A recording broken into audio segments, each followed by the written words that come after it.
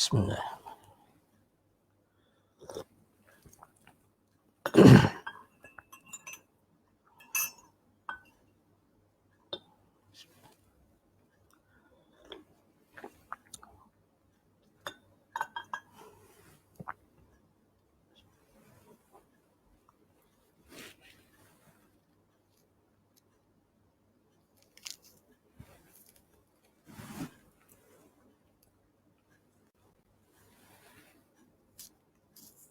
Bismillah.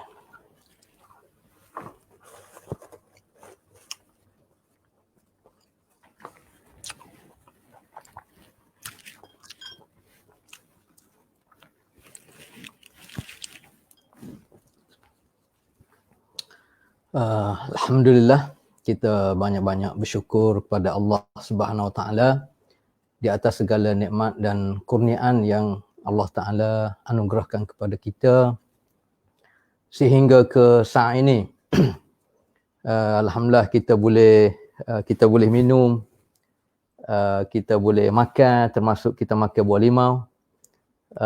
Kebetulan bertepatan dengan sambutan Tahun Baru Cina, kita ucap kepada kawan-kawan kita daripada rakyat Malaysia, kaum Cina, selamat menyambut Tahun Baru Cina. Semoga bergembira selalu bersama keluarga. Sesuai dengan tajuk kita pada pagi ini, berkaitan dengan, asasnya dia berkait rapat dengan makan minum sebenarnya. Cuma yang kita nak adalah dalam istilah agama kita disebut berkat. Jadi kita boleh minum hampir bila-bila masa, kecuali kalau kita sakit lah, kalau kita tak sihat. Kita boleh makan bila-bila masa, di mana-mana tempat. Terlalu banyak pilihan menu makanan dan minuman yang kita boleh makan dan boleh minum sebenarnya. Dan Allah Ta'ala ni, sebagaimana kita tahu, antara nama dia ataupun sifat dia, Ar-Raziq. Dia yang beri rezeki yang begitu luas kepada makhluk dia. Dia Al-Muqit, sebagaimana kita tahu. Al-Muqit maknanya bahan-bahan makanan asas, beras, gandum contohnya, itu panggil Al-Muqit. Satu lagi kita sebut antara sifat nama Allah Ta'ala adalah Al-Wadud, penuh dengan kasih sayang. Contohnya, kalau kita minum air, kita boleh minum air kosong, kita boleh minum air manis, kita boleh minum air yang pelbagai rasa, perisa dia, dan pelbagai warna. Jadi kalau kita kata air itu rezeki daripada Allah Ta'ala, yang kita panggil al-muqit antaranya, dia yang beri rezeki asas. Tetapi kepelbagaian warna dan rasa yang kita boleh rasa apabila kita minum itu adalah al-wadud, Allah Ta'ala. Begitu juga contohnya buah limau ni. Kadang-kadang kita tahu, kita tengok di tempat yang sama, di tanah yang sama, baja yang sama, tapi dia melahirkan kepelbagaian buah. Hatta buah limau sendiri pun macam-macam jenis. Kalau orang yang belajar di Mesir contohnya, ada macam-macam jenis buah limau contohnya. Dan semua orang nak ataupun suka kepada rasa dia.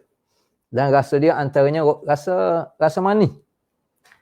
Hatta manis pun sendiri berlainan.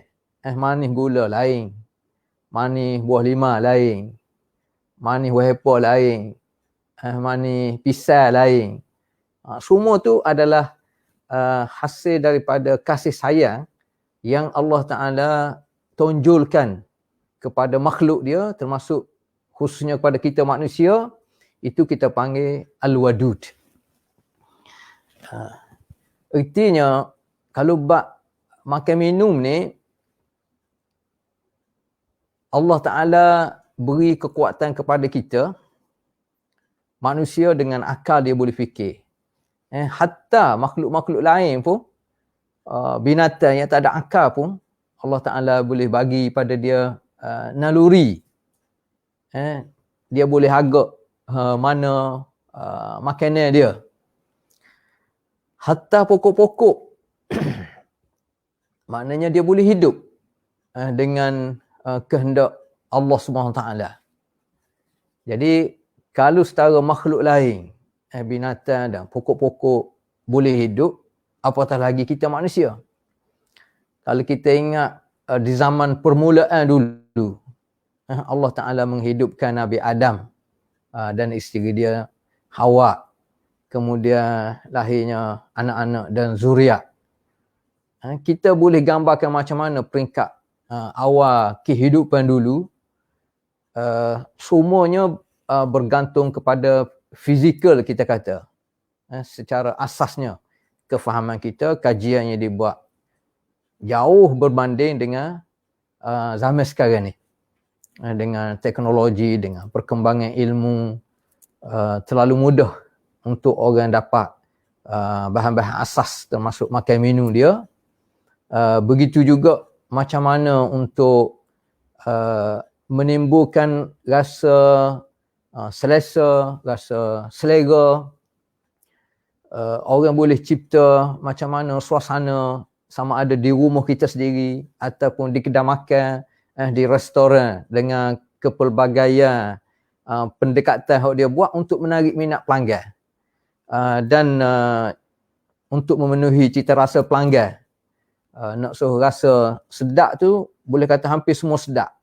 Cuma sedap makanan ni macam ni, menu ni macam ni, sedap dia. Dengan manisnya, dengan lemuknya, semua tu kita boleh buat. Berbanding dengan peringkat awal dulu. Ertinya, masalah makan minum ni, Allah Ta'ala beri ruang, beri peluang sepenuh kepada kita untuk berikhtiar, berusaha untuk memenuhi keperluan asas kehidupan kita, antaranya makan minum dengan pelbagai cara. Cuma kita terutamanya bagi orang Islam ni, kita nak pergi setapak lagi. Kita panggil setapak lagi. Hak yang kita makan, hak yang kita minum ni, ya asasnya biarlah daripada sumber yang halal. Itu asasnya. Jadi bagi orang Islam, dia letak halal tu yang pertama. Yang kedua, yang terbaiknya kalau kita ikut kajian ataupun saranan daripada pakar kaji kesihatan ni, dia letak biarlah apa yang kita makan tu, biar orang panggil ada zat, berkhasiat. Baik untuk pertumbuhan tubuh badan kita. Selain daripada, ya kita nak juga rasa sedap. Rasa sesuai dengan orang panggil tekuk kita. Kita boleh makan dengan selesa, kita boleh minum dengan baik sebagaimana kita duk minum hari-harian lah. Cuma yang kita nak tekannya biar ada unsur al-barakah ni. Jadi al-barakah ni orang kampung, orang Melayu panggil berkat. Berkat. Barakah. Jadi berkat ni dia anugerah Allah Subhanahu Taala. Sebagaimana anugerah iman, sebagaimana anugerah hidayat, itu semua daripada Allah Ta'ala. Cuma kita sebagai hamba dia, maknanya kita kena usahalah untuk mendapat hidayat tersebut, untuk menjadikan kehidupan kita ni berasas kepada iman yang kita takbirkan melalui ketakwaan dalam kehidupan kita. Begitu juga dengan keberkatan. Biarlah kehidupan kita ni ada unsur berkat. Orang panggil ada unsur berkat. Ialah berkat ni dalam bahasa Arab, al-barakah. Barakah ni kalau kita tengok di sudut makna bahasa dia memberi makna berkat-berkat ni benda baik. Benda baik yang kekal dan berterusan. Itu berkat. Maknanya apa contohnya yang kita dapat?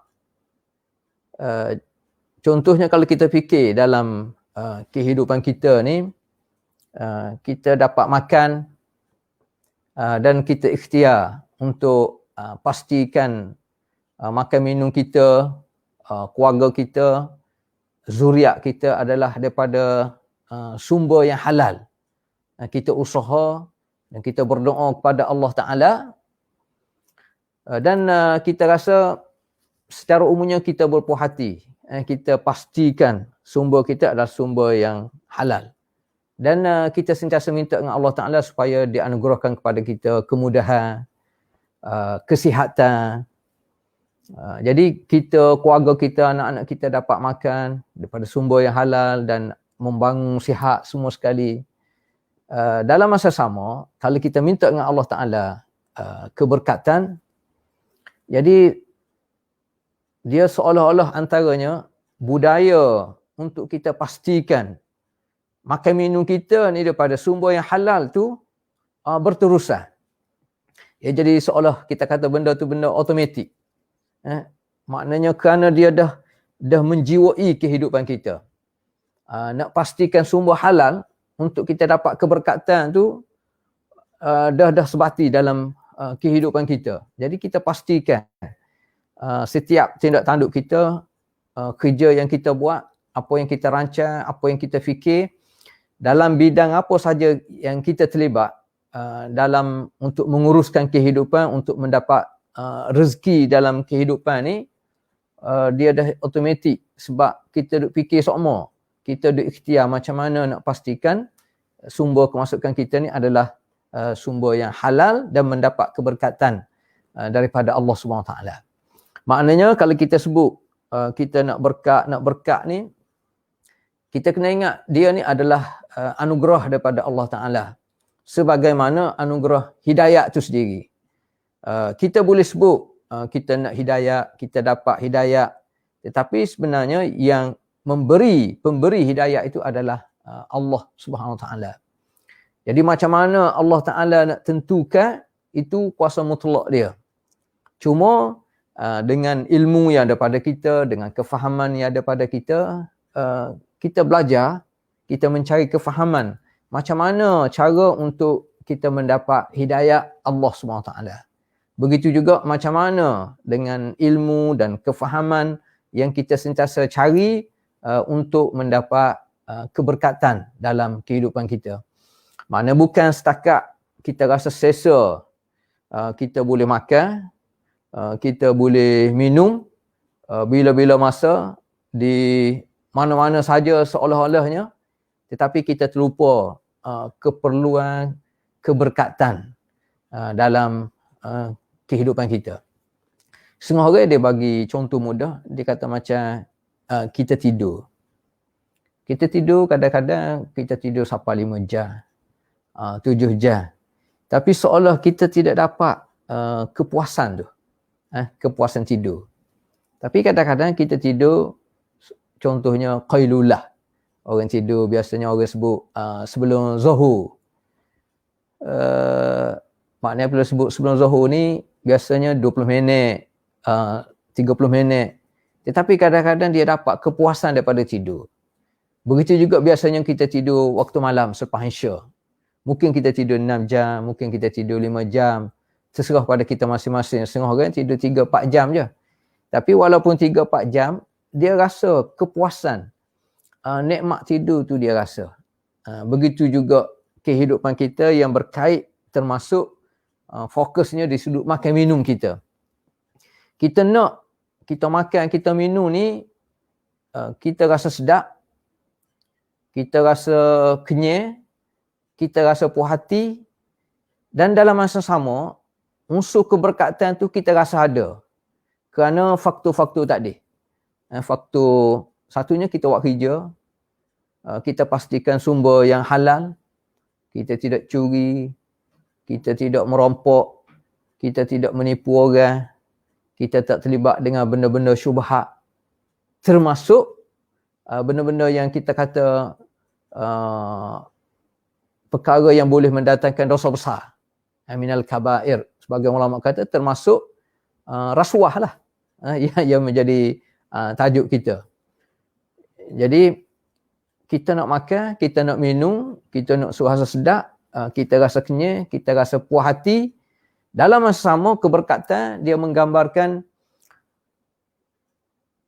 alhamdu wa syukru lillah.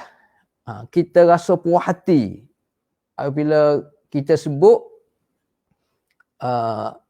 alhamdulillah allazi at'amana wa saqana wa ja'alana minal muslimin. Alhamdulillah. Kalau kita makan daripada sumber yang syubhat ataupun sumber yang haram, kita rasa kita tak mampu. Pelik sangat. Menipu siari orang panggil. Kita tahu kita makan daripada sumber yang haram, duit yang masuk dalam poket kita, dalam akaun kita, makanan, barang yang kita beli kepada keluarga kita ni, kita tahu daripada sumber yang haram, termasuk daripada sumber yang rasuah. Tiba-tiba kita nak makan, kita nak baca bismillah. Tiba-tiba apabila sesar kita kata alhamdulillah, alhamdulillah syukrulillah. Oh, lebih pada munafik lagi. Seolahnya macam tu. Tapi kalau kita usaha, kita yakin, maknanya selepas sedawar molek, kita ucap dengan penuh syukur. Dan ini maknanya antara kesan daripada keberkatan yang hidup tu. Keberkatan yang ada dalam kehidupan kita, kita boleh sebut dengan tenang, dengan ceria, alhamdulillah allazi at'amana wa saqana wa ja'alana minal muslimin. Sebab itulah bila kita nak start termasuk makan, kita sebut Allahumma barik lana. Allahumma barik lana fima razaqtana wa qina adzaban nar. Kita nak makan pun antara doanya dia berkait juga dengan kesudahan kita di akhirat kelak. Kalau boleh termasuk dalam bab makan minum pun, kerana kita nak jaga halal haramnya, kita nak jaga dari sudut keberkatannya, tujuan akhir antaranya kita nak jauhkan diri kita ni daripada azab neraka Allah Subhanahu Wa Taala. Itu secara asas makna berkat. Berkat sebagaimana kita tahu benda baik, benda comel, dan benda ni dia kekal. Dan dia memberi makna bukan setakat kekal, baik, dia berterusan dan dia boleh bertambah.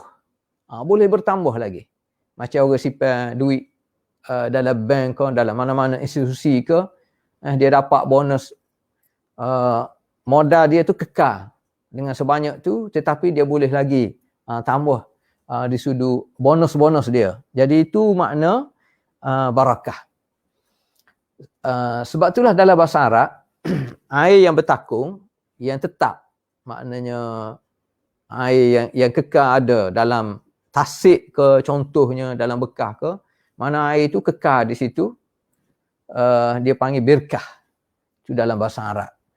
Ataupun unta.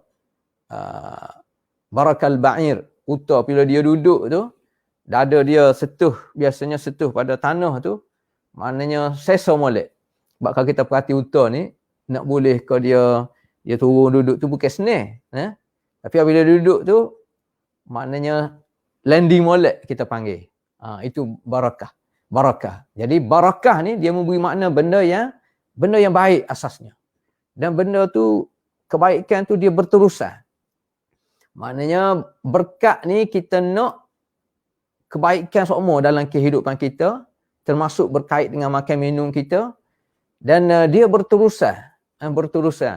Bukan hari ni, bukan dalam tempoh sebulan, bukan dalam tempoh setahun, tapi berterusan sampai kita mati, dan berterusan kebaikan barakat tu bawa masuk kita dalam kubur.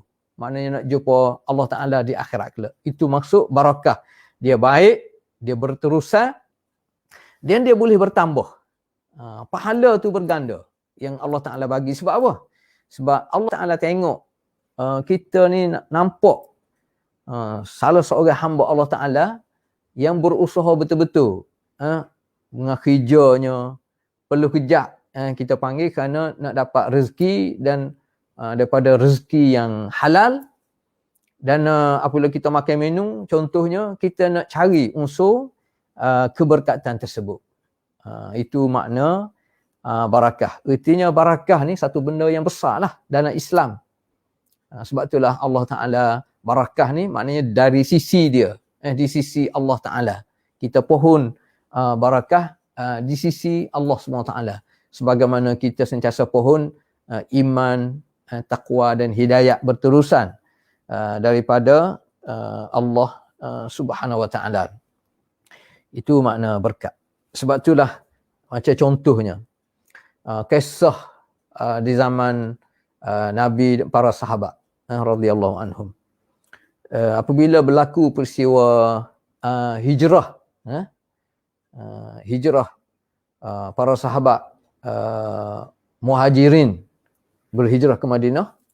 Jadi antara benda yang Rasulullah SAW lakukan, dia mempersaudarakan antara muhajirin dengan ansar. Termasuk dia mempersaudarakan antara Abdul Rahman bin Auf dengan Sa'ad bin Ar-Rabi'. Banyak kisah masyhur biasa kita baca dalam sirah. Macam mana kita tengok kesetiaan dalam persahabatan ni. Kita boleh tengok. Mana bila kita nak sebut innamal mu'minuna ikhwah. Orang mukmin ni memang betul-betul bersaudara. Seolah macam adik-beradik, satu darah, satu daging. Persaudaraan ni kuat tak kuat dia kerana diikat dengan akidah. Diikat dengan keimanan yang kukuh kepada Allah Subhanahu Wa Taala. Jadi apabila berlakunya persaudaraan ni, sifat mulia yang ada pada kaum Ansar hampir keseluruhannya, sebab kita tahulah orang yang berhijrah ni, tinggal rumah tangga, tinggal harta benda, kadang-kadang terpisah dengan keluarga, duduk di tempat yang baru.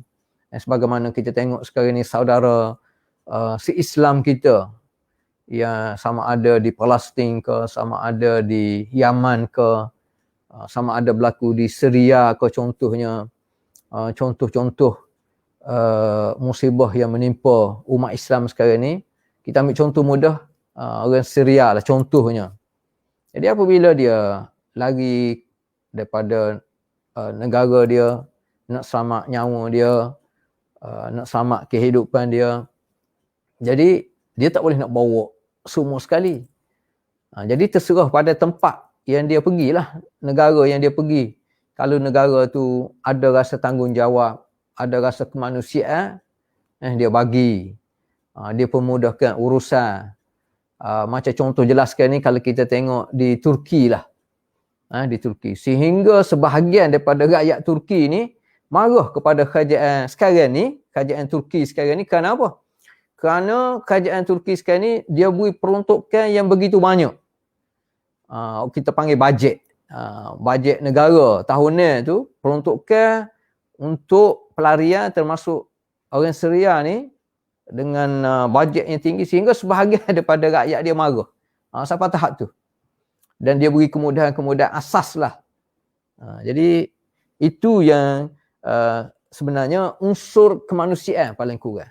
Tak kira dia ni sesama Islam ataupun tidak, apabila sebut je dia manusia ni, dia adalah hamba Allah Ta'ala, dia adalah makhluk yang dimulia oleh Allah Ta'ala, jadi kita kena muliakan dia.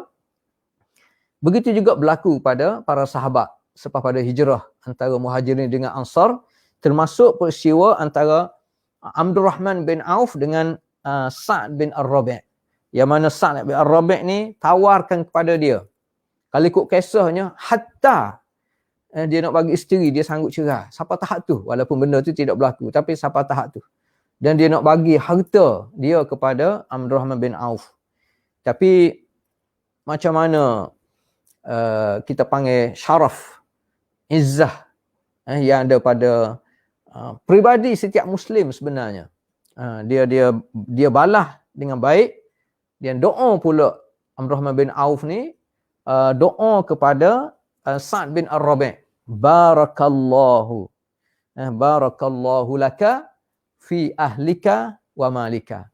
Kita nak ambilnya barakah. Barakah maknanya berkat lah. Mana Abdul Rahman bin Auf ni dia doa. Dan ia menjadi kebaikan kepada kita sentiasa berdoa untuk diri kita dan kepada kawan-kawan kita, sahabat-sahabat kita, orang Islam secara khususnya tentang keberkatan ni. Jadi contohnya di dalam kisah ni, barakallahu laka fi ahlika wa malika. Dia mendoakan supaya Sa'd bin Ar-Rabi' ni mendapat keberkatan daripada Allah dalam kehidupan dia berkeluarga, dalam harta benda dia. Itu contoh kalimah dan makna barakah tu. Ataupun doa yang kita doa tadi selepas pada makan, Allahumma barik lana fi ma razaqtana wa qina azabannar. Begitu juga dalam kita bersawak, contohnya ada kalimah barakah. Allahumma salli ala sayyidina Muhammad wa ala ali sayyidina Muhammad kama barakta. Barakah. Begitu juga ada hadis, bahagian kata hadis pada Rasulullah SAW, Nabi mendoakan keberkatan untuk umat dia. Allahumma barik ummati fi bukuriha. Mendoakan keberkatan untuk umat dia yang berpagi-pagi hari. Maknanya berpagi-pagi hari ni dengan penuh motivasi, dengan penuh semangat nak buat kerja, nak beribadat kepada Allah Ta'ala. Maknanya kalau kita tidur malam tu, bangun ni kita niat dah. Sebelum tidur tu kita niat dah nak bangun awal. Dan apabila sebut bangun tu, mula-mula sekali ucapan yang keluar daripada mulut kita ucap Alhamdulillah. Benda ni nampak mudah tapi jarang orang buat. Jarang orang buat. Sebab kadang-kadang orang terlupa tentang keberkatan tadilah. Kita tanyalah kehidupan kita, kadang-kadang kena pada kita sendiri, kena pada kawan kita, masyarakat umumnya. Kalau kita tanya, apa mula-mula sekali yang dia fikir, dia bangun pagi. Apa dia? Ada kata bangun buka TV, ada kata bangun tengok telefon dulu. Macam-macam alasan lah. Ada kata sedar tu tidur semula. Jadi hak terbaiknya Alhamdulillah. Jadi apabila kita bangun pagi, kita ucap Alhamdulillah, sebenarnya kita mendapat keberkatan daripada doa Nabi kita Muhammad SAW. Mana keberkatan kepada umat dia fi buku riha, yang berpagi-pagi hari. Termasuk kita bangun pagi tu kita buat benda hak comel dah. Kita puji Alhamdulillah, patut kita istighfar, patut kita masuk bilik air, nak mandi ke, nak ambil wuduk ke, semaya sunat 2 rakaat ke paling kurang, semaya subuh. Kemudian orang yang kerja jauh contohnya, sama ada selepas subuh selalu ataupun sebelum subuh dia terpaksa keluar dah, tapi dia turun dalam keadaan berwuduk, maknanya dia boleh semaya subuh tengah jalan ataupun ejahlah ikhtiar macam-macam mana pun, itu keberkatan. Walaupun nampak mungkin susah sikit, tapi keberkatan tu dia dapat. Itu maksud dia. Termasuk sebenarnya dalam doa sebenarnya. Kita nak cerita tentang keberkatan ni. Dalam kunut kita, doa kunut kita, orang mai subuh, kita doa kunut antaranya wabarik li fi ma a'tait, wabarik li fi ma a'tait. Maknanya hak Tuhan bagi kepada kita ni, kita yakin sepenuh hak Tuhan bagi pada kita ni, bagi sihat, bagi hidup, boleh buat kerja, hidup dalam keadaan aman, selesa ke apa semua sekali, dapat zuriat, dapat rezeki, dapat kerja yang baik, hak mana kita puas hati semua sekali, hatta sehingga kita rasa ujian ke musibah pun kita terima dengan baik semua sekali. Kita doa dalam semaya subuh kita ketika qunut tu, antaranya wabarikli fi ma a'tait. Kita minta keberkatan daripada Allah SWT. Jadi apabila kita sebut keberkatan, kita kena yakin ini adalah anugerah daripada Allah, kebaikan yang kekal dan yang berterusan, serta dia sentiasa bertambah. Artinya tak rugi sikit abu kalau kita usaha untuk mendapat keberkatan dalam kehidupan kita. Dan kalau kita perhati dalam ayat Quran pun sebenarnya banyak Allah Ta'ala sebut tentang kalimah berkaitan dengan keberkatan ni. Contohnya ayat A'udzubillahi minasyaitonirrajim, tabarakalladzi nazzalal furqan ala abdihi. Tabarakah, dia memberi makna keberkatan, keagungan, kesempurnaan, yang mana Allah Ta'ala ni dia maha sempurna, maha agung, penuh dengan kebaikan sebenarnya. Apa saja yang Allah Ta'ala nak bagi kepada makhluk dia ni penuh dengan kebaikan. Sama ada dia nak cipta kita ke, kita ni adalah makhluk yang mulia, yang penuh dengan kebaikan sebenarnya. Allah Ta'ala nak pastikan kehidupan kita ni baik, zahir dan batin. Sebab Allah Ta'ala nak cipta kita ni bukan setakat atas dunia, tapi sampai ke akhirat. Macam mana Allah Ta'ala nak pastikan kita ni boleh memilih jalan yang terbaik? Antaranya adalah ada panduan. Ada kitab panduan ni. Kitab, iaitu antaranya dipanggil Al-Furqan. Quran ni antaranya dipanggil Furqan kerana dengan Quran ni lah apabila kita faham molek, apabila kita boleh hayati, maknanya kita boleh membezakan mana baik, mana buruk, mana halal, mana haram, mana yang hak, mana yang batil, mana yang Allah Ta'ala suka, mana yang Allah Ta'ala tidak suka, mana arahan-arahan Allah Ta'ala yang wajib kita lakukan, mana larangan-larangan Allah yang kita kena tinggalkan. Itu Furqan. Dan dia berkait dengan Al-Barakah tadi. Begitu juga dalam surah Al-Mulk yang kita biasa baca. Tabaraka alladhi biyadihil mulk. Penuh dengan keagungan, penuh dengan kesempurnaan, penuh dengan kebaikan yang Allah Ta'ala ni. Antaranya adalah dia mempunyai kekuasaan yang hebat. Dia boleh menghidup, dia boleh memati. Dialah yang mencipta segala-galanya. Itu berkait dengan keberkatan. Ada satu ayat lagi yang biasa disebut, sentiasa diulang apabila kita nak bincangkan di sudut keberkatan ni. Dalam surah Al-A'raf, surah Al-A'raf ayat yang ke-96.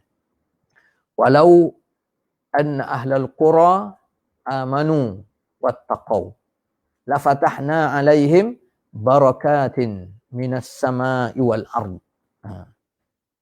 Jadi kita sebagai individu, kita hidup ni cuba kita tadabbur. Kita cuba perhati ayat ni. Jika sekiranya Ahlul Qura ni kebanyakan kita terjemah apabila sebut qaryah ni kampung. Tapi dia juga memberi makna satu daerah, satu kawasan yang besar, satu bandar ke, satu negeri ke, satu negara ke, satu kawasan yang besar, dia boleh masuk belaka. Apa yang Allah Ta'ala nak? Walau anna ahlal qura amanu. Pertama sekali, kalau beriman. Rayaknya besar nikmat iman ni. Rakyat besarnya ahamiah ataupun kepentingan iman ni. Keyakinan kita yang betul-betul kepada Allah SWT. Yakin yang kita panggil yang jitu, yakin yang tulus, sepenuhnya, tanpa ada syak, tanpa ada ragu-ragu, sepenuhnya kepada Allah Ta'ala. Walau anna ahlal qura amanu wattaqau. Dan betul-betul bertakwa kepada Allah SWT. Kita terjemah mudah takwa ni, kita takut kepada Allah, takut kepada azab Allah, takut kepada kemurkaan Allah, sehingga kita ikhtiar, kita usaha untuk buat apa saja yang dia suruh dan tinggal apa saja yang dia larang. Jadi kesan daripada situ, Allah Ta'ala kata antaranya la fatahna alaihim. Allah Ta'ala akan bukakan kepada mereka. Allah Ta'ala akan bukakan kepada kamu, kepada orang yang beriman dan bertakwa ni, la fatahna, fataha, buka. Jadi kalau kita duduk dalam rumah, kita buka pintu, kita buka jendela. Jadi nampak luas pemandangan contohnya. Ataupun kita daripada luar, kita buka pintu rumah kita, kita masuk dalam rumah kita. Kita rasa ketenangan, kita rasa puas hati, kita rasa tempat yang antara tempat yang paling selamat contohnya. Itu maksud fatahah. Begitu juga inna fatahna laka fatham mubina. Allah Ta'ala buka. Maknanya buka ni dia memberi makna sesuatu yang menggembirakan, sesuatu yang menyeronokkan.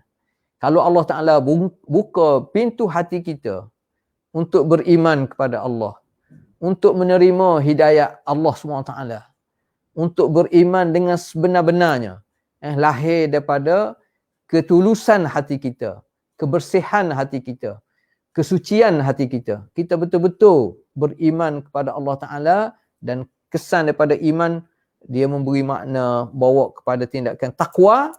La fatahna alaihim. Apa yang Allah Ta'ala nak buka kepada kita? Antaranya barakat. Barakat dalam bahasa Arab maknanya dia memberi makna jamak. Artinya keberkatan yang pelbagai. Barakatim minas sama'i wal ard. Sama ada keberkatan tu daripada langit, keberkatan daripada bumi. Kita biasa doa, orang semayang duha biasa doa, Allahumma inna duha duhauka, wal baha'a bahauka, wal jamala jamaluka, wal quwwata quwwatuka, wal qudrata qudratuka, wal ismata ismatuka. Allahumma in kana rizqi fis sama'i fa anzilhu, wa in kana fil ardi fa akhrijhu, wa in kana mu'siran fayassirhu, wa in kana haraman fatahhirhu, wa in kana ba'idan faqarribhu. Itu keberkatan yang pelbagai. Jadi rezeki keberkatan Allah ni ada daripada langit, ada daripada bumi. Sebahagian ulama kata keberkatan Allah termasuk makna keberkatan daripada langit ini air hujan ke apa saja yang mari daripada langit, begitu juga daripada bumi, tumbuh-tumbuhan ke, makanan ke, apa saja yang menyeronokkan kita, semua sekali adalah keberkatan daripada Allah Subhanahu Wa Taala. Khulasahnya nak ayat pentingnya keberkatan lah dalam kehidupan kita. Kalau kita betul-betul cakna terhadap keberkatan, sebagaimana kita cakna terhadap kesihatan kita, kita cakna terhadap masa depan kita dan keluarga kita, anak-anak kita. Kalau kita pergi ke depan lagi jauh sikit, kita cakna juga terhadap masyarakat kita, terhadap negara kita. Itu lebih baik, lebih luas. Rasa tanggungjawab kita sebenarnya lebih banyak pahala dan keberkatan yang Allah Ta'ala anugerahkan kepada kita semua. Baik, habis satu bab kita panggil, ialah dalam situasi COVID ni kita tak boleh nak bersemuka, kita hanya melalui online macam ni. Kita boleh, ialah kita tak ada masalah dalam majlis macam ni. Hak terbaiknya kita boleh fokuslah Tapi kadang-kadang kerana faktor-faktor tertentu, termasuk dalam situasi COVID, maknanya kalau kita dengar kuliah ni ke kuliah lain, dalam keadaan kalau kita ada kerja lain, kita boleh pergi, kita boleh mari balik, kita boleh bela-bela dengar, bela-bela minum. Contohnya kita dengar satu keluarga, kita seorang ke, tidak ada masalah berlaku. Jadi tajuk ni dia berkait dengan asasnya kita nak keberkatan. Dan kita tahu antara hak yang boleh menghalang keberkatan ni apabila kita buat perkara-perkara yang dilarang oleh Allah Ta'ala. Orang terlibat dengan dosa, orang terlibat dengan maksiat, orang terlibat dengan buat benda-benda mungkar, benda yang diharam oleh Allah Ta'ala, termasuk dia membunuh ke, dia mencuri ke, dia melakukan kezaliman kepada makhluk lain ke, termasuk dia merompok, dan salah satunya adalah rasuah. Rasuah. Jadi rasuah ni juga Nabi SAW ada sebut, dia bersabda, ayyuma jismin nabata minal haram fannaru awla bih. Mana-mana tubuh, jasad, tubuh kita, mana-mana individu lah, termasuk kita, kalau kita tidak cakna makan minum kita, yang mana apabila kita makan, kita minum ni, dia menjadi darah daging kepada kita. Tapi kalau kita makan daripada sumber yang haram, maka kesudahannya Nabi kata fannaru aula bih. Neraka lah lebih aula. Maknanya di akhirat kelak, neraka lebih hawa nak sambar dia. Nak ambil dia, nak bandingkan syurga. Sebab apa? Ya sebab masa hidup atas dunia ni, kita hanya fikir zahir je. Ya'lamuna zahiran minal hayatid dunya. Wahum anil akhirati hum ghafilun.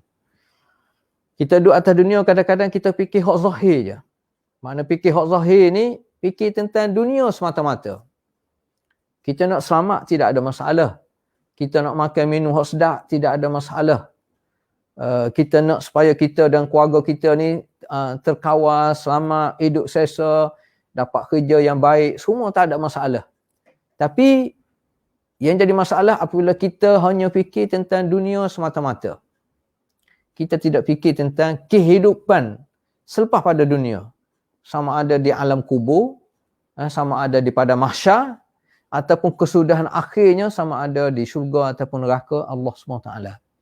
Sedangkan kalau kita perhati, perjalanan kehidupan ni, mahattah ataupun stesen yang kita panggil, perhentian kita nak berhenti ni, antara kita tak ada dengan kita ada semasa kita hidup dalam perut mak. Perut mak kita lebih kurang 9 bulan. Itu pun letih benar dah. Mak kita mengandung kita. Sebagai syarat, sebagai tanda, kita ni kena sentiasa berdoa, buat baik, ihsan kepada mak ayah kita. Tempoh 9 bulan je. Kita hidup atas dunia ni 30 tahun, 60 tahun, 100 tahun, umat-umat terdahulu beratus-ratus tahun. Tapi di alam kubur lagi lama. Dunia ni orang yang mati zaman Nabi Adam, orang yang mati dah zaman Fir'aun, zaman Nabi-Nabi terdahulu, umat-umat terdahulu, tak tahu berapa juta tahun dah masih duduk dalam kubur. Maknanya nak sampai ke hari kiamat. Kita sendiri pun, kita sekarang ni alhamdulillah Allah Ta'ala beri peluang kepada kita masih hidup. Kita tidak tahu berapa jam lagi, berapa hari lagi, berapa tahun lagi, berapa puluh tahun. Tapi maknanya semakin dekat. Tempohnya semakin terlalu singkat. Duduk dalam alam kubur lagi lama. Contohnya. Baik, kalau semua sekali dah hancur, berlaku kiamat, semua nak bangkit semula tu kita tak tahu tempoh. Adakah selepas itu Allah Ta'ala bangkit selalu ataupun tempoh tertentu ke? Wallahu a'lam. Tapi maknanya tempoh semakin kita lalui fatrah, tempoh kehidupan itu semakin lama. Apatah lagi apabila kita berada di badan mahsyar. Apatah lagi kesudahan kita di akhirat kelak. Kesudahan kita di dalam syurga ataupun neraka Allah SWT. Na'udzubillah. Ertinya kita kena ejah, kita kena ikhtiar. Setiap yang kita fikir, yang kita rancang ni, kita kena rancang jangka dekat, jangka panjang. Hak yang kita nampak, hak yang kita nampak, hak tak nampak.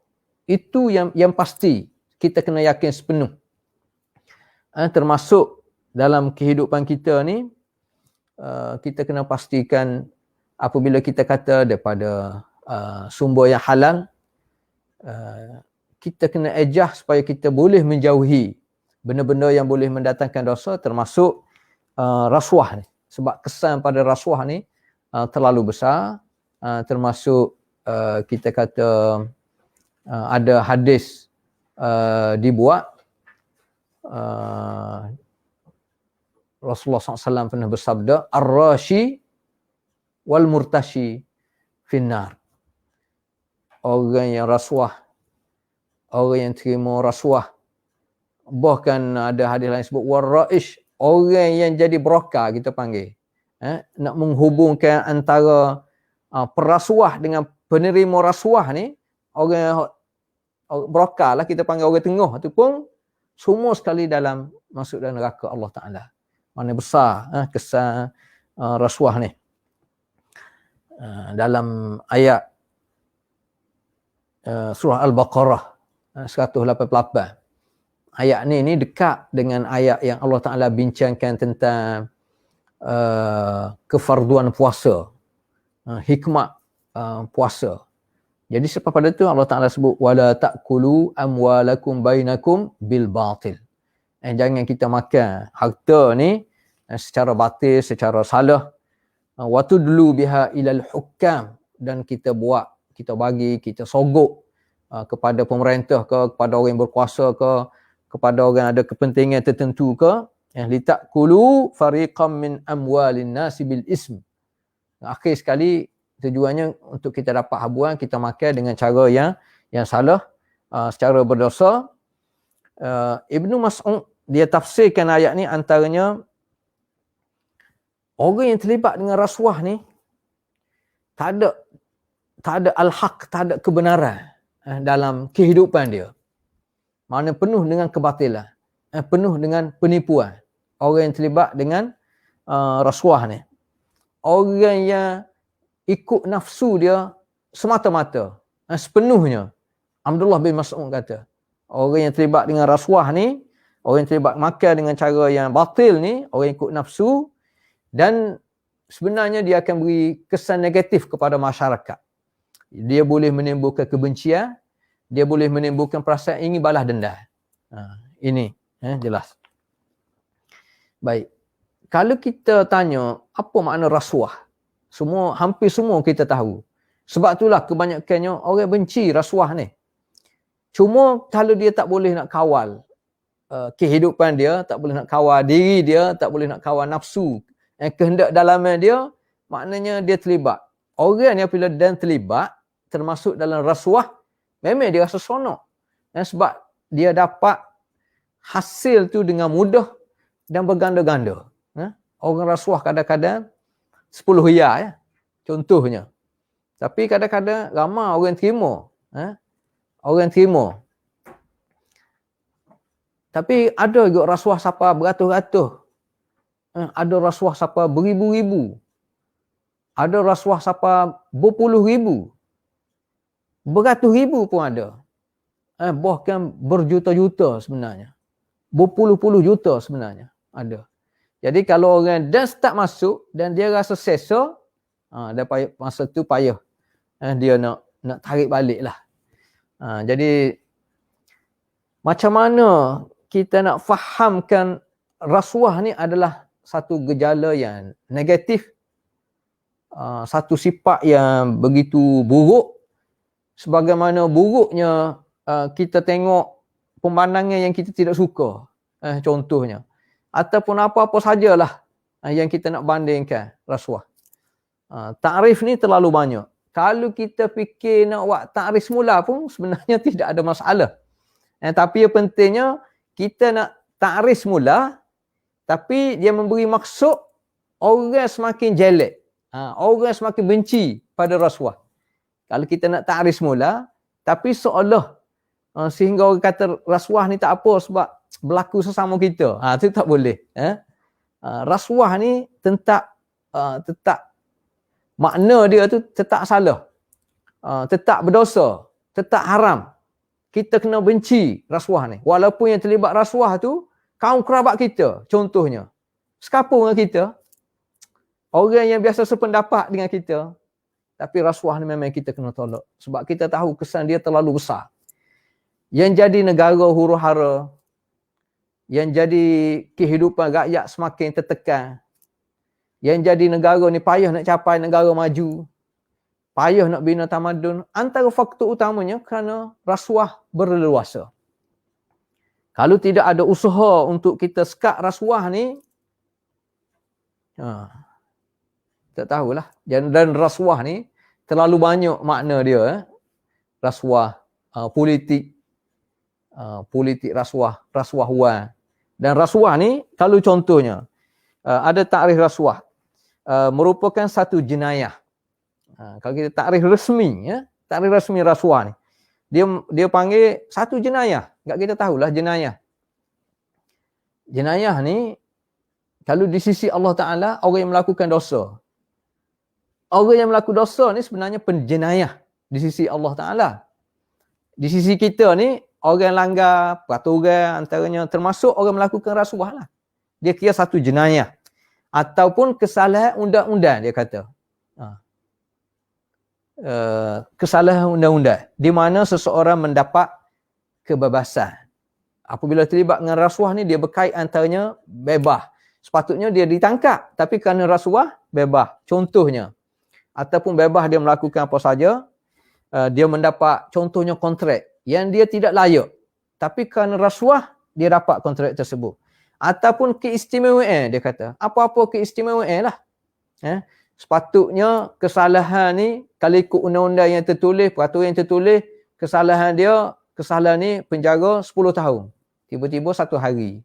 Kenapa? Kerana ada kaitan unsur rasuah dari pihak berkuasa ataupun sesebuah syarikat selepas memberi wang, memberi hadiah, keraian kepada pihak-pihak tertentu. Ini takrif rasuah. Artinya di sudut undang-undang, rasuah ni dia mencakupi langgar undang-undang yang dikuatkuasakan. Undang-undang ni sepatutnya dikuatkuasakan. Dan dia berkait rasuah ni dengan salah guna kuasa. Salah guna urus harta negara. Itu pun dia termasuk dalam takrif rasuah. Ada juga yang memberi makna rasuah ni adalah memberi sesuatu kepada orang tertentu dengan niat untuk mendapat sesuatu yang bukan menjadi hak dia. Ya, secara mudah kita kata agak macam kontrak. Satu-satu kontrak kerajaan. Maknanya tenda terbuka contohnya. Kawasan balak ke, kawasan mah ke, projek-projek pembangunan ke. Maknanya mesti dah ada garis panduan, syarat-syarat utama. Jadi kerajaan yang bertanggungjawab, agensi yang bertanggungjawab, organisasi yang bertanggungjawab adalah dia tengok mengikut peraturan-peraturan tu, kriteria-kriteria. Dia kena jaga ni sebab dia bukan berkait dengan masa depan dia sahaja di sudut pahala dosa ataupun keberkatan dalam kehidup, tetapi dia berkait dengan harta awam. Sebab kalau sebuah negara, maknanya dia berkait dengan rakyat keseluruhan. Kalau contohnya mana-mana negara, rakyat dia ada 10 juta, rakyat ada 30 juta. Maknanya kalau kita kerja dengan kerajaan tersebut, maknanya kita bertanggungjawab terhadap 30 juta rakyat, 10 juta rakyat. Ini besar kesan dia, sama ada negatif ataupun positif. Baik, ada juga yang memberi takrif. Sebagaimana kita tahu, kita nak ulang lah. Rasuah ni perilaku di jabatan-jabatan ataupun pejabat-pejabat awam, dia kata. Termasuklah para politikus. Ahli-ahli politik ni kadang-kadang juga mudah terdedah dengan unsur rasuah. Dan pegawai-pegawai yang secara tidak wajar dan tidak sah menurut undang-undang mengayakan diri atau memperkayakan kerabatnya. Ini pun bentuk rasuah juga.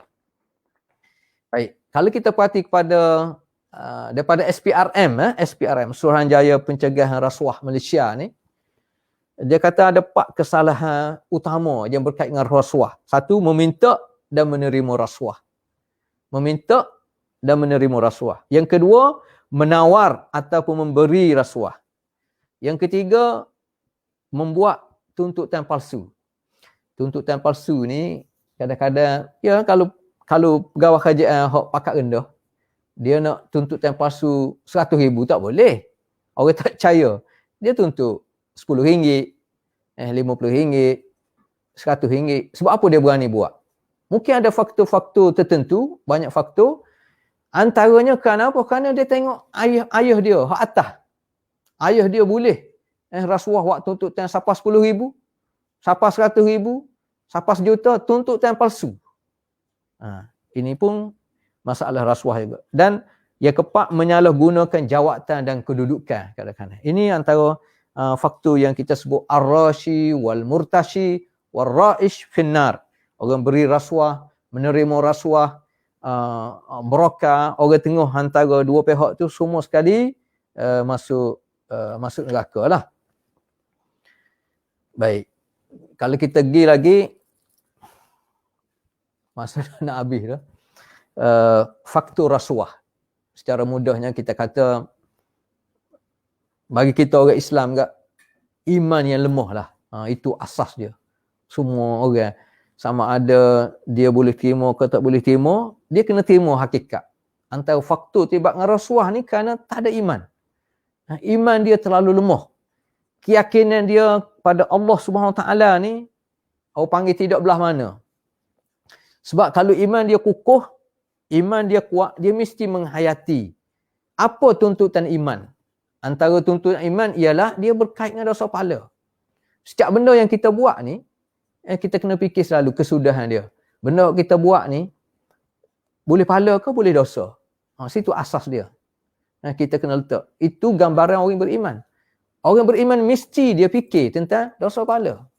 Kecuali kalau kita bukan orang Islam, tak apalah. Dia tak fikir dosa pahala. Dia fikir nak makan, dia fikir nak minum, dia fikir nak kenyang, dia fikir nak sejuk. Tak apalah. Dia punya pasal sebab dia tidak beriman. Ada pun kita yang mengaku kita ni orang Islam, yang marah kalau orang pijak Al-Quran. Yang marah kalau orang bukan Islam contohnya buat benda-benda. Jadi kita sendiri kita kena fikir, kita ni macam mana dengan Allah Ta'ala, termasuk di sudut keimanan kita. Jadi orang yang nak melakukan rasuah, orang yang tidak fikir tentang dosa pahala, maknanya iman dia terlalu lemah. Orang yang tidak fikir tentang masalah syurga neraka. Walaupun sekarang ni kita masih hidup atas dunia, tapi hakikatnya kesudahan kita syurga ataupun neraka.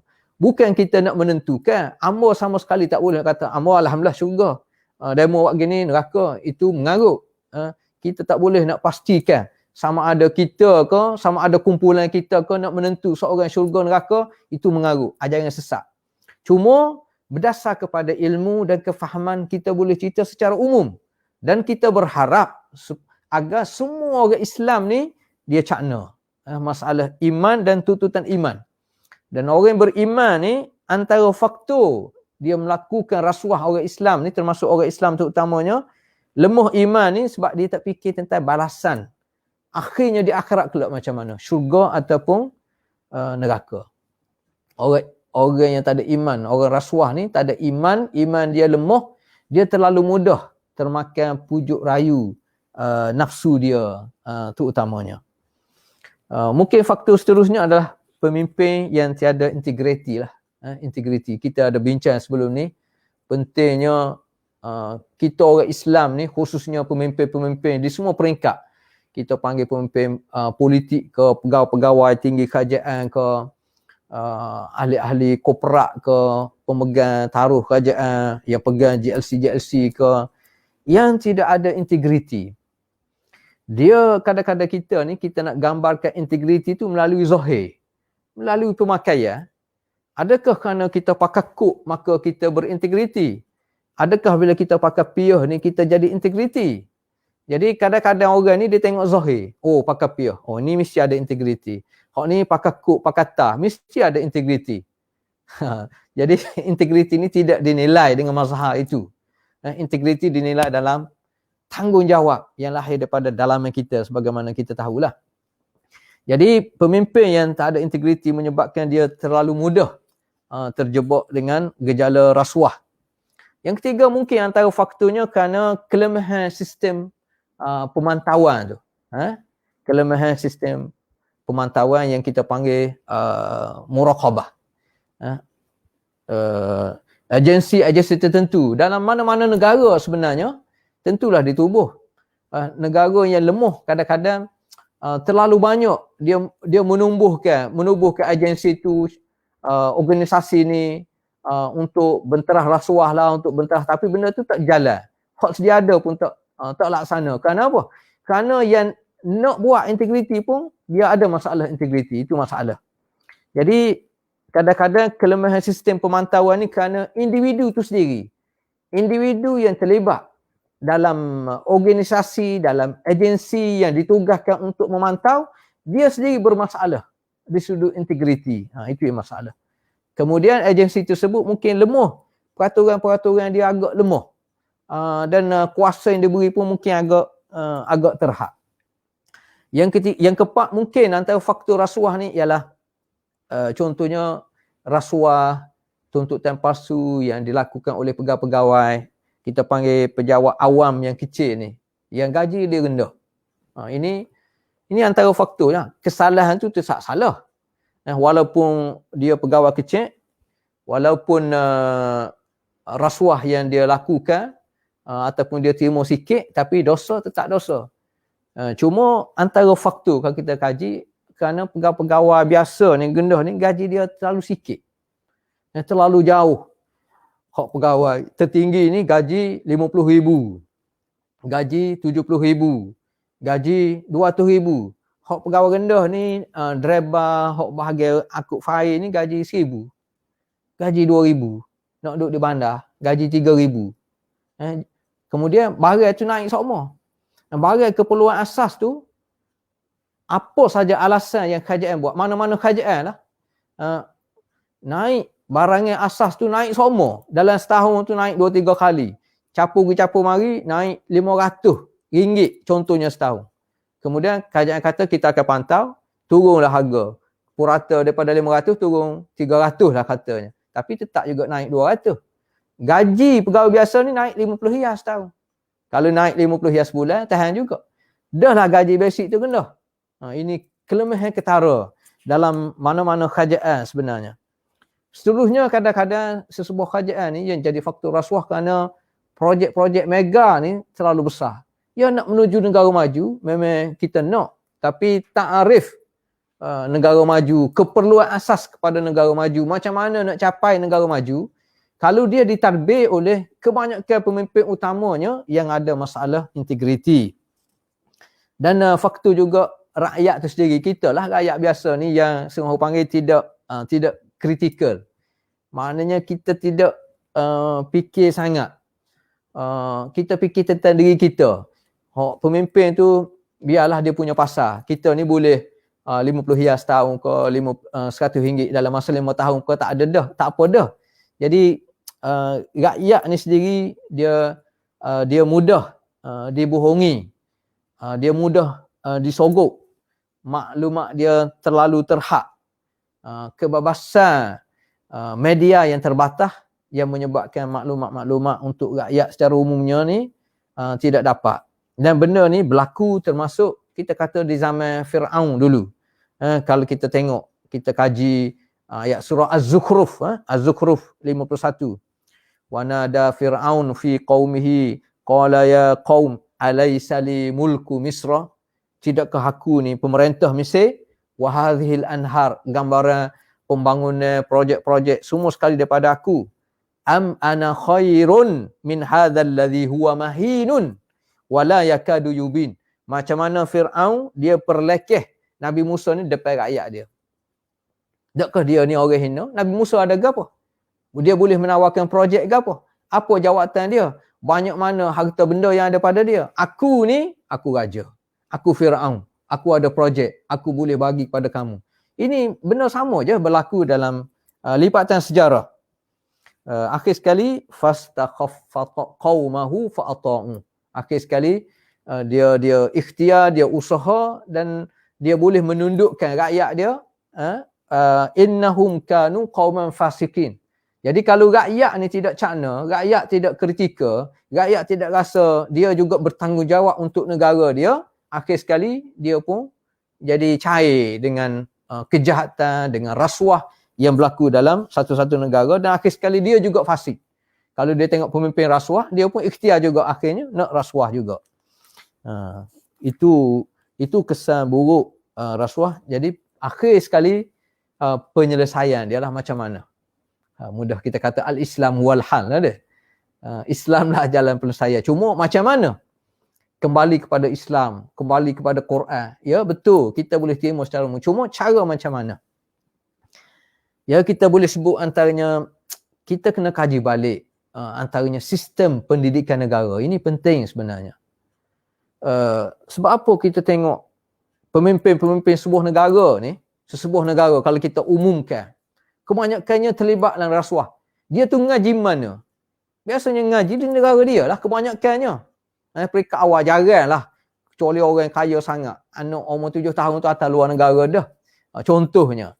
Ataupun dia ngaji swasta. Dia sanggup bayar 1,000 sebulan, sanggup bayar 10,000 sebulan. Itu jarang-jarang. Tapi secara umumnya, ikut sistem arus perdana sesebuah negara.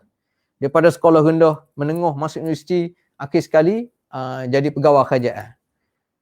Kemudian kita perhati ramai terlibat dengan rasuah. Pemimpin sesebuah kerajaan ke, sama ada mari daripada parti-parti politik ke, ataupun pegawai-pegawai kanan tinggi utama sesebuah negara ke, yang pegang JLC sesebuah negara ke, yang berjawatan tinggi ke, hampir semua. Dan semua agensi tu ada jaringan, orang panggil jaringan rasuah, yang menyebabkan susahnya orang nak faham dan nak menteras rasuah ni. Dia dah macam budaya. Dia jadi macam berakar umbi. Jadi antara faktornya kita tengok mungkin sistem pendidikan. Jadi sebab itulah belah-belah mana pun sistem pendidikan ni kita kena kaji. Kita nak kata gagal 100%, tidaklah. Amosli pun tak kata gagal 100%. Cuma dengan sebab sistem pendidikan ni benda yang bergerak, benda yang harakah, benda yang bergerak sebagaimana kita bergerak, sebagaimana masa bergerak, begitu juga sistem pendidikan ni dia perlu dikaji. 3 tahun, 5 tahun. Tapi biarlah kita betul-betul kaji macam mana nak bina satu sistem yang boleh membina jati diri rakyat dan bangsa. Kalau rakyat contohnya, kalau negara kita rakyat Malaysia lah. Terutamanya contohnya orang Islam. Macam mana melalui sistem pendidikan arus perdana ni, jadi kita kena terap nilai-nilai murni. Kita panggil daripada kecil lagi kita didik anak-anak ni boleh hormat pada orang, suka membantu, suka beri khidmat, suka kepada kebersihan. Contoh, kena ejah, kena ikhtiar. Tidaklah hanya sistem pendidikan ni kita nak sumak maklumat je. Nak sumak maklumat, nak suruh hafal. Jadi masalah. Melalui sistem pendidikan juga kita fikir macam mana. Jadi kena panggil pakar-pakar lah.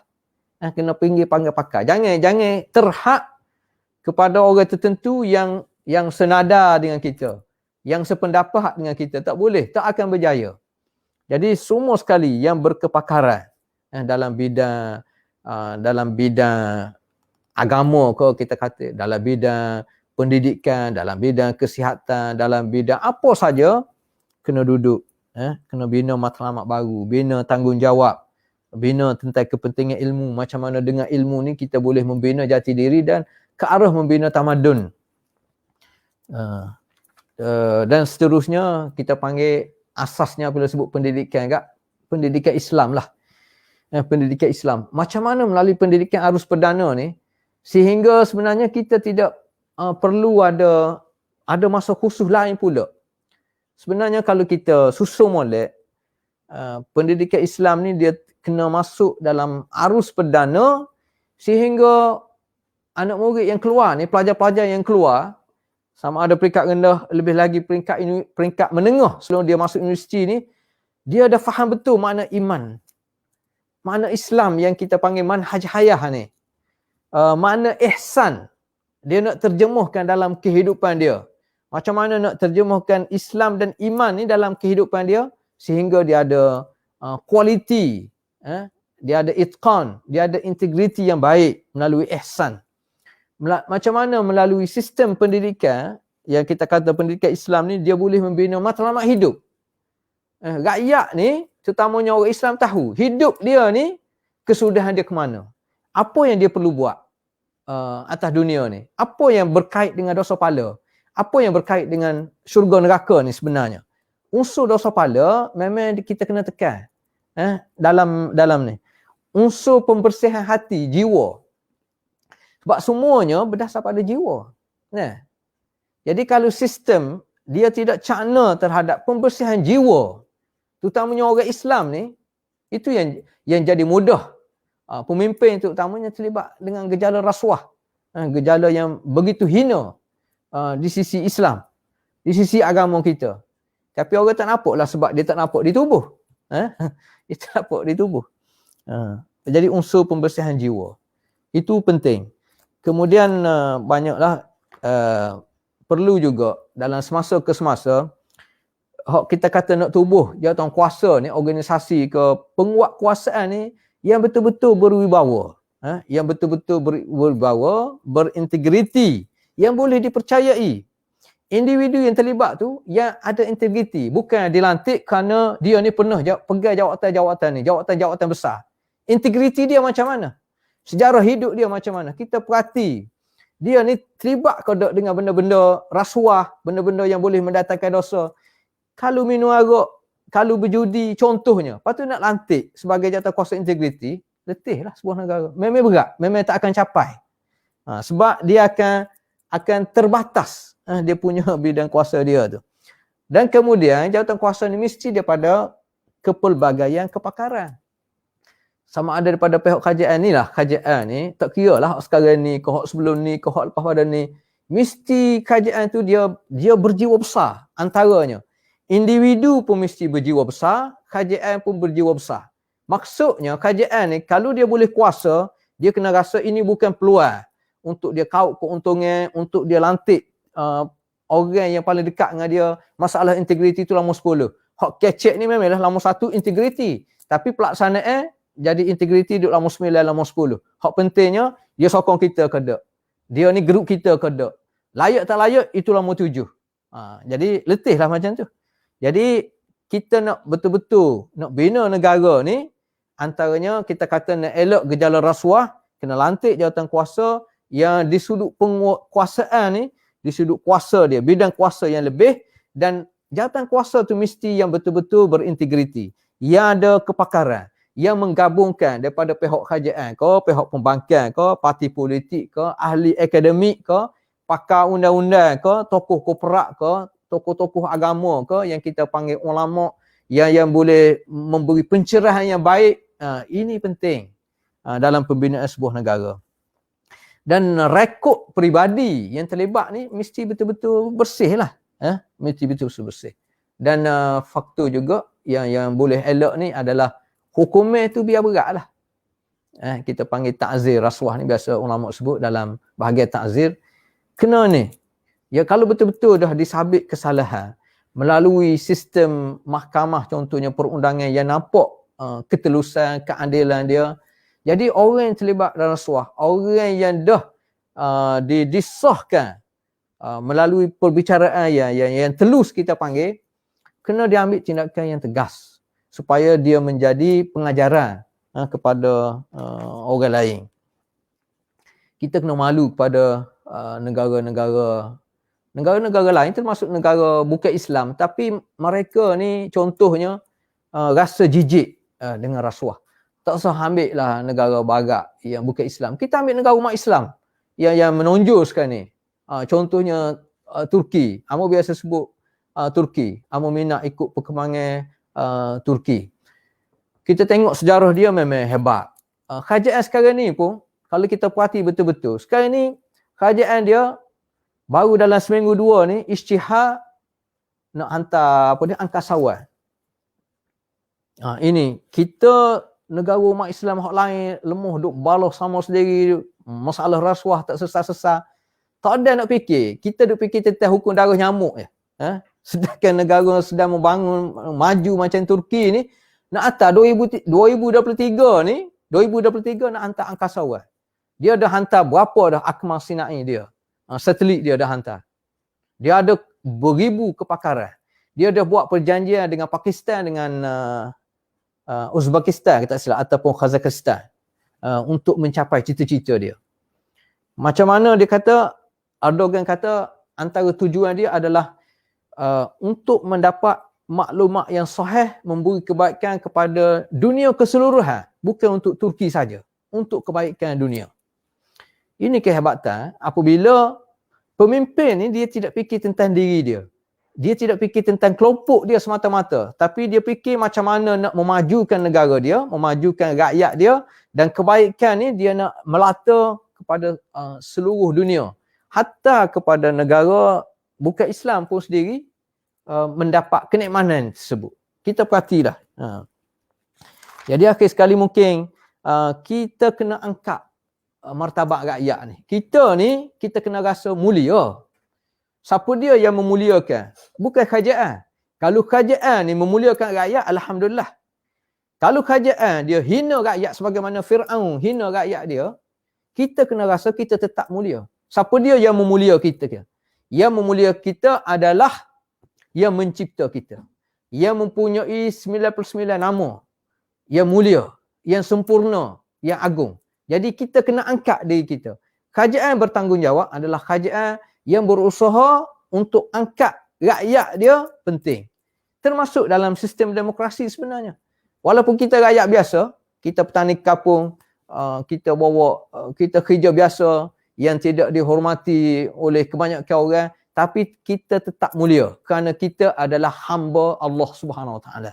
Itu asasnya. Lebih-lebih lagi kalau kita orang Islam, maknanya kita beriman kepada Allah Subhanahu Wa Taala.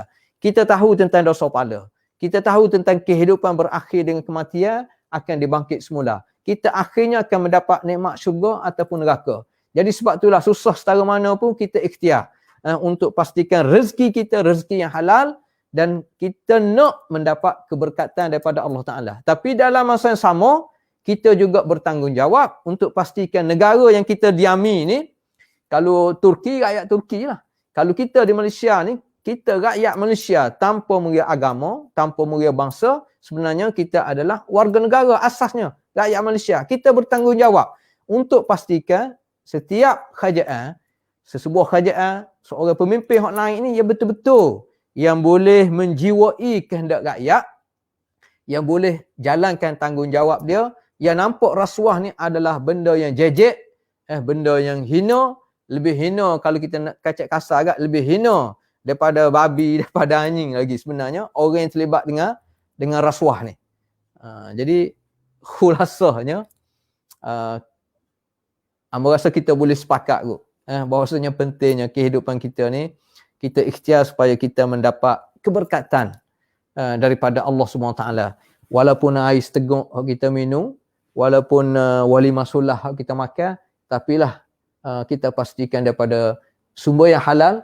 Kita berdoa kepada Allah, semoga kita diberkati oleh Allah SWT, dan kita berdoa supaya daripada masa ke semasa negara kita yang kita sayang ni sebenarnya diperintah oleh sebuah kerajaan, tak kira kerajaan mana, tapi yang bertanggungjawab, diperintah oleh individu-individu, tak kira daripada parti mana, daripada kelompok mana, tapi maknanya mampu untuk melaksanakan tugas dia, mampu untuk membina negara kita. Semua kita boleh sepakat, kita nak jadi negara yang maju. Kita sepakat, kita nak bina ketamadunan negara kita ni, sebagaimana contoh mudah apa yang berlaku di Turki sekarang ni. Amba biasa sebut dalam tempoh 17 tahun daripada 76 universiti sekarang jadi 200 lebih universiti. Macam mana gempa bumi yang berlaku di Turki beberapa bulan yang lepas, sekarang ni dah beribu-ribu mendapat rumah secara percuma, bahkan kerajaan walaupun daripada golongan Kurdis, yang kebanyakannya ada permasalahan dengan kerajaan, tetapi kerana dia adalah rakyat Turki, jadi kemudahan yang sama diberi kepada orang-orang Kurdis, tapi yang pentingnya dia rakyat Turki, bukan setakat beri rumah percuma, bahkan bina kemudahan asas, bangunan perniagaan, sekolah untuk anak-anak, dan begitu juga kalau kita perhati dia bina rangkaian perniagaan, kereta api yang menyambung ke negara China, kereta api yang ke Azerbaijan, dan sekarang ni dah peringkat akhir nak sampai ke Iraq. Macam mana peranan Turki untuk membangunkan semula negara-negara di Afrika umat Islam yang miskin, seperti Somalia, dia tolong bayar hutang Somalia.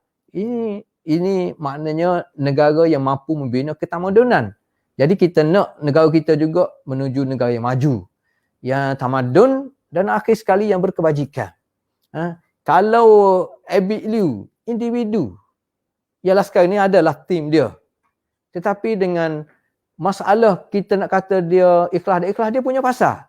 Itu masalah dalamnya. Tapi hak dia buat ni, ramai mana, beratus orang, beribu orang dah orang menangis kerana gembira dengan apa yang dia buat. Individu. Macam mana kerajaan?